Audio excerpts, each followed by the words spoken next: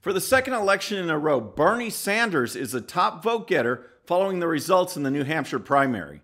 Environmental spokesperson Greta Thunberg is getting her own TV show, and I'll talk to a congressional candidate in one of the hottest races in the entire country.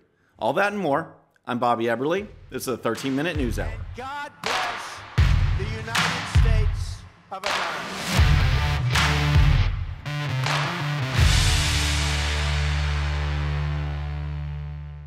All right, friends, welcome to the show. Happy Wednesday. I hope you didn't stay up too late looking at election returns. The brief view is President Trump won big in New Hampshire. The real story are the Democrats and the fallout from New Hampshire. It is wild. We're going to get to that. But first, I want to talk about Greta Thunberg. And I could have easily left this story for Friday and thrown it in our Relaxed Brain segment. But it's unique. It fits like in a category all itself, kind of like signs you know the world is coming to an end.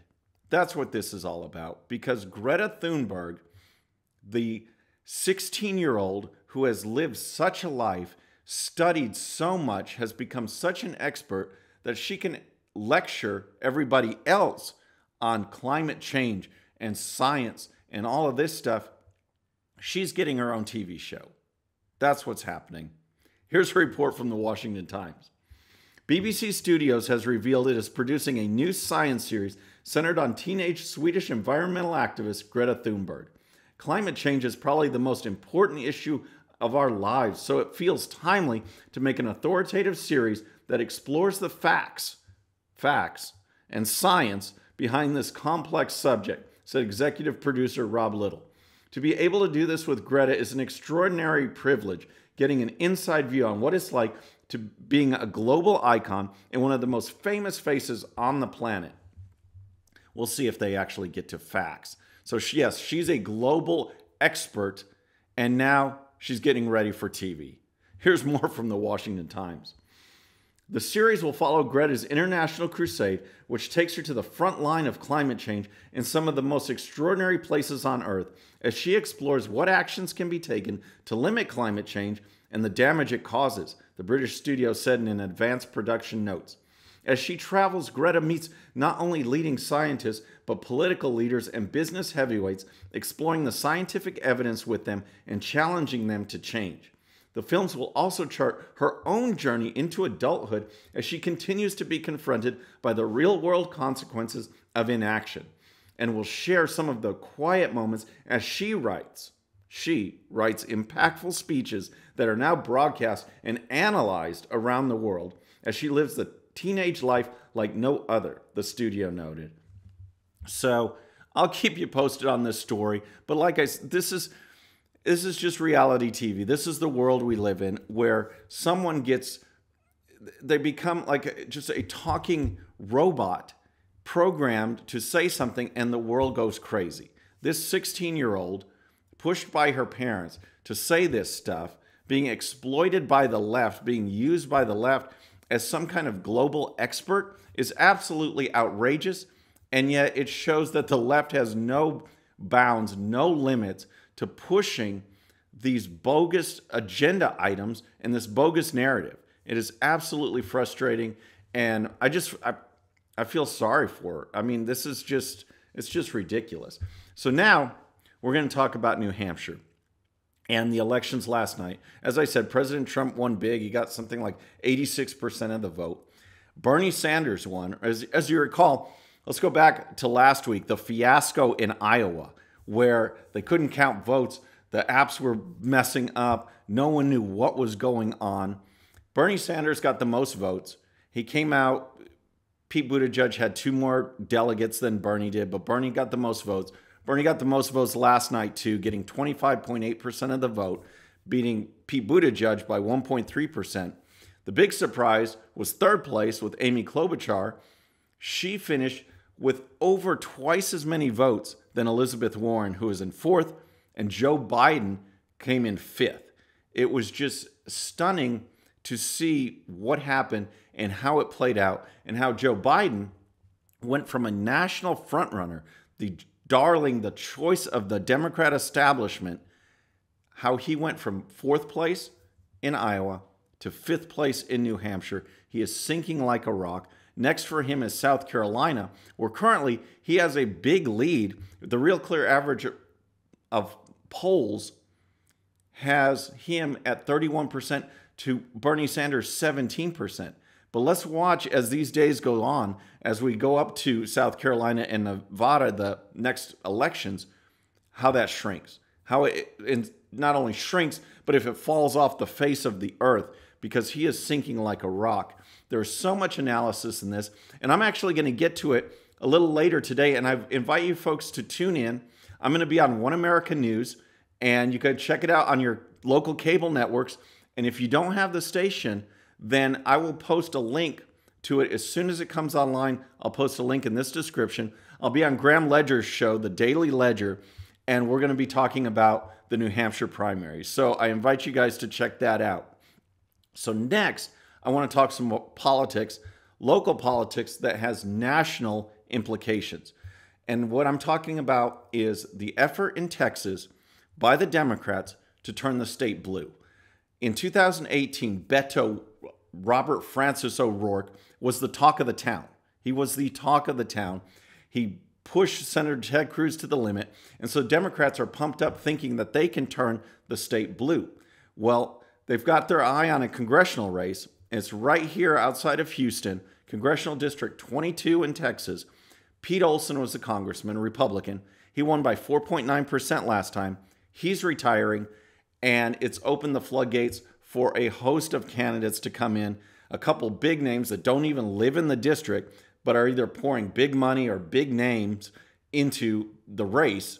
Well, one of the candidates is Greg Hill, and he's awesome. And I wanted to highlight him today because this guy gives you everything that you should be looking for in a congressman.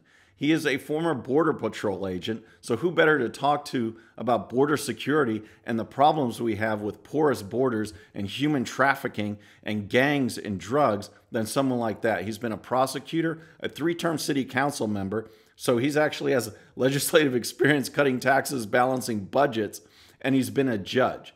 He's done all of this stuff, and like I said, it's one of the hottest, most contested races in the entire country. Greg, thanks for joining us today. Glad to be here. Well, all right, so tell me about this race. I mean, I've heard it's crazy. I know it's crazy, but let our audience kind of know a little bit about you and about what your campaign is up against in fighting for Congressional District 22.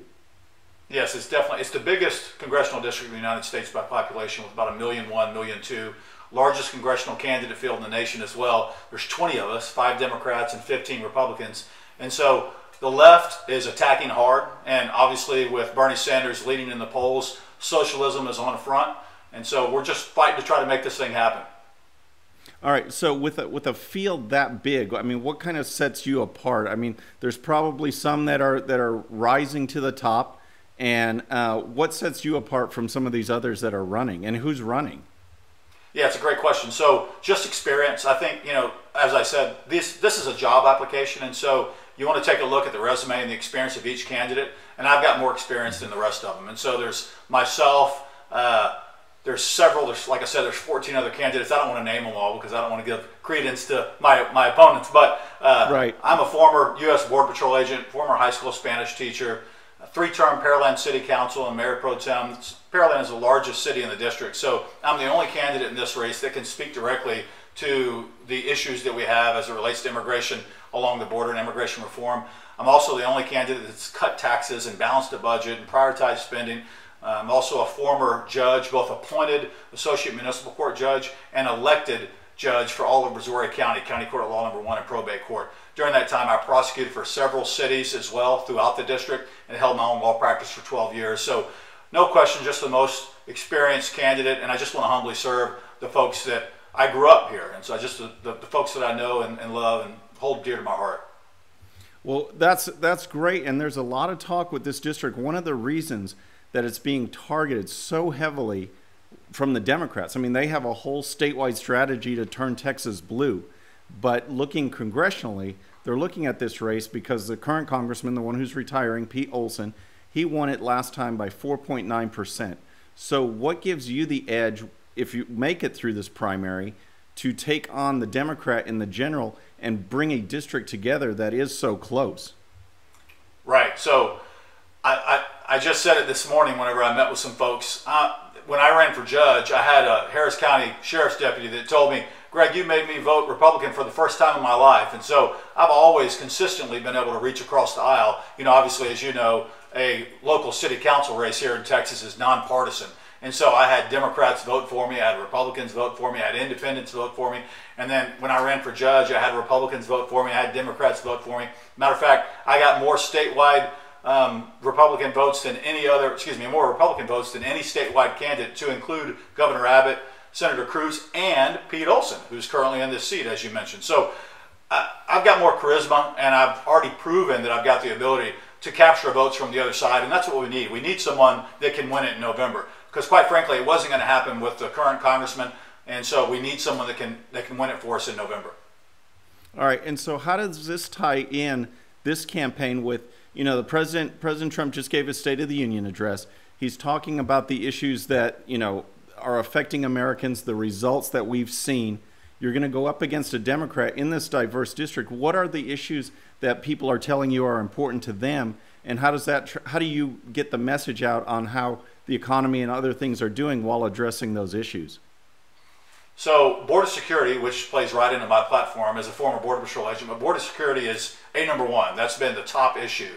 The second issue that folks are looking at, that they're concerned about, is the national debt / socialism, meaning anything we can do to stop this socialist movement. That ties into the national debt naturally, because you have some on the left that, you know, be it Elizabeth Warren or AOC, that are proposing these programs that are going to cost anywhere from $50 trillion to $90 trillion, be it for college tuition for all, Medicare for all, mandated employment for all. These things are just absurd, and we can't afford to do that, and it's just going to kill us. So the third issue here is folks are really concerned about drainage and infrastructure, mobility, and transportation. Those are local issues that they want to get our federal tax dollars back here in the district. And so those three issues, incidentally, just happen to be the top three in my platform as well. So I've already proven the ability, as it relates to number three, to bring tax dollars back. Whenever I worked on Pearland City Council, I worked to get the Army Corps of Engineers to push up the Clear Creek Watershed Project. And as I said, a former U.S. Border Patrol agent, and I've cut taxes and everything else. So I'm right in line with all these issues. And so I think I'm the best and most qualified candidate to address this. All right, so if people want to find out more, if they want to maybe volunteer, if they happen to be local or contribute, how do they get in touch with you to find out more about the positions and how they can help? The quickest way is to call me on my cell phone, and this is going to shock many, but that number is 713-582-9909. You can also go to electgreghill.com. That's my website, or you can go to Greg Hill for Congress. That's my Facebook page. Follow me, like me. Twitter, I'm Greg Hill, Texas. Same as it relates to Instagram. So reach out to me on any of those platforms, and I take text, and you can call me at night on the weekends. It doesn't really matter, and I will call you back. That's one of the things I've said. A candidate needs to be responsive, not just when they run for office, but when they're in office. And so I'm always going to be there for you. So call me and let's talk. I'll go have coffee with you. All right. Well, I appreciate it, Greg. I know you're busy, a busy schedule with this campaign. I know how crazy it is. So thanks for joining us today. Thanks for having me, Bobby. Appreciate it. All right, so finally I want to wrap up with a story about Gregory Tim, all right? And in case you don't know that name, he is the guy that drove into a voter registration tent, a Republican voter registration tent on Saturday, trying to run over people. All right, he's been arrested, but what comes to mind is the question that should pop up into people's minds, and would certainly pop into the minds of the left, is this politically motivated? So imagine if some Trump supporter went and drove into a tent for Democrat voter registration. The media would be all over it. They'd be looking at this guy's background. They'd be wondering, what is going on with this? Is it the heated rhetoric of the right, of conservatives, that caused him to just snap and just go beyond his control? It's not really his fault. It's the heated rhetoric of the right that causes. You know that's what the left would be saying. Are they saying it here? Check out this report from the Daily Caller. The man who allegedly drove his van through a Republican voter registration tent in Florida did so because he dislikes President Trump. according to a copy of the police report reviewed by the Daily Caller News Foundation. Gregory William Lowell Tim, the alleged driver, showed police videos he recorded on his phone up until he plowed through the tent on Saturday, the report stated. All right, so you see where this is going? He's not a Trump supporter. He's a Trump hater. And he drove through a Republican voter registration tent. Here's more from the Daily Caller. Tim is facing 6 criminal charges, including 2 counts of aggravated assault on a person 65 years or older, according to the police. The suspect told police he drove through the tent, narrowly missing 2 volunteers who moved out of the way because someone had to take a stand, according to the report. The suspect advised that he does not like President Trump, the report stated, listing that as part of what motivated Tim. So I bring this up because I just want you to follow the media's coverage of this story. And think back to last night. Did any of the presidential candidates in their speeches call for toning down the rhetoric on the left? Call for those people who dislike President Trump to not resort to violence, to debate, actually, to discuss things as an alternative? Did any of them say that? No. Are the media covering this? No. So let's see what happens in the next few days as more information comes out about this.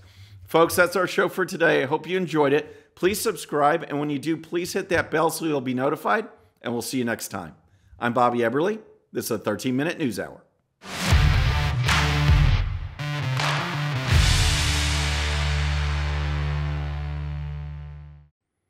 Okay, friends, just a little reminder before you go, and no, this does not count against my 13 minutes. Please hit the subscribe button below and tell your friends. And if you happen to miss our last show, you can check it out right here. And also for great conservative news and commentary, please check out GOPUSA.com.